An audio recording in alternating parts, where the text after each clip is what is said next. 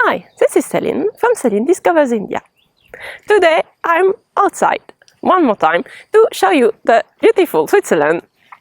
Many Indian movies are filmed in Switzerland, so I think it's the occasion to show you some real Swiss place and maybe take you to some nice filming place too. So this is a Jura mountain in a small village. The movie I wanted to talk to you about is a movie that was kind of famous in Europe. And one of the few Indian movies we've seen in Europe and were in movie theater and on TV. Because we don't see much Indian movie in Europe, but this one made it to a festival, movie theater and even TV. So the movie is called Lunchbox. So I really like this movie because it's talking about food and how to share love with food. And it's just something I totally understand. The thing I really liked in this movie is to discover the dabawalla system of delivering lunch. So in France, lunch is something very important. So we have a long break for lunch, and some restaurant in the company or restaurant close by, but most people go eat a real lunch. And I was happy to discover that in India they like real lunch too. But the system is more complex than the one we had in France. Because in France, either you eat there or you take your box with your food in the morning and bring it back in the evening. But nobody is going to deliver you lunch at work. So this system of taking lunch from your wife at home, bringing you at work and taking the box back before you even come back, I think it was a very nice system to discover. A lot of work for the wife at home, because when we see in the movie how many dishes she's making, it's amazing. She should be spending most of her day cooking between breakfast, lunch and dinner, seeing so much delicious food, and her husband doesn't see the value in it. So she's trying to win her husband's love with food. He is not very sensitive to it.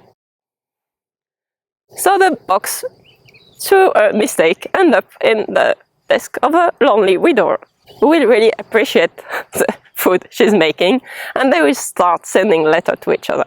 So I thought the relationship was very true and very nice, because there's just two very lonely people who find a connection through the food they're exchanging every day.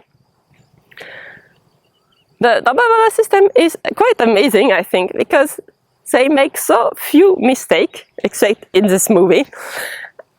And most of them don't know how to read and write, and it's so efficient that it's a model for most delivery systems around the world. And I think this is an amazing thing to consider, that something that's so disorganized can deliver so much food and just for lunch, so they don't have much time to deliver so much food so efficiently. So in the movie we see all the delicious food she's making. She spends most of the time in the kitchen, and most of her scenes are filmed in the kitchen actually. And I really like the way they make her part of the community of the building she's living in, because she's talking to her neighbors upstairs by shouting out the window. We never see the neighbors, but she knows everything about what's happening downstairs. And I really like this when I was in India, that neighbors are close and talking to each other. And in this case, they're just shouting at the windows. But they're very close to each other just because they live in the same place. And she always got help from her neighbors when she needed something. We see a lot of very delicious food in this movie. So it was difficult to just pick one. But I choose the Paneer Kofta curry she's making when she discovered that her boxes were not going to her husband, but to somebody else who was eating everything. So she was happy he was eating, but she wanted to know who it was. So she's making him the favorite dish of her husband. I found a recipe for this from a blogger I really liked. I put you the recipe in the description, because most of the time it turned out very nice recipe. And this one, it was the case too. If you have another recipe you think I should try a different one, just give me a comment and leave me some advice on a recipe. So this recipe is a bit complex and took me some time. My first problem was to make the paneer, because here it's not available in the store, so I have to make it myself. It's not that difficult, but it's one extra step when you're cooking to make your own paneer. So I made it. I know how to make it now. I've learned a few years ago how to make paneer, because there's so many recipes I couldn't make if I didn't learn this. And then I made the kofta. It was easy. The texture is kind of interesting, and it was the first time I was doing this.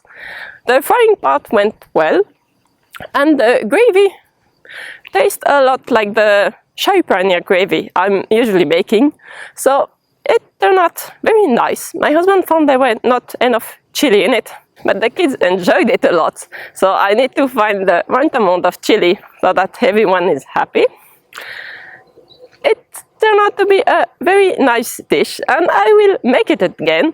It's taking some time, so I will not do it on a busy day, but when you have time to cook, it's a very nice dish, and I really liked it. So if you have movies you think I should watch and better recipe I should try, just leave me a comment, and I will see you soon with another video.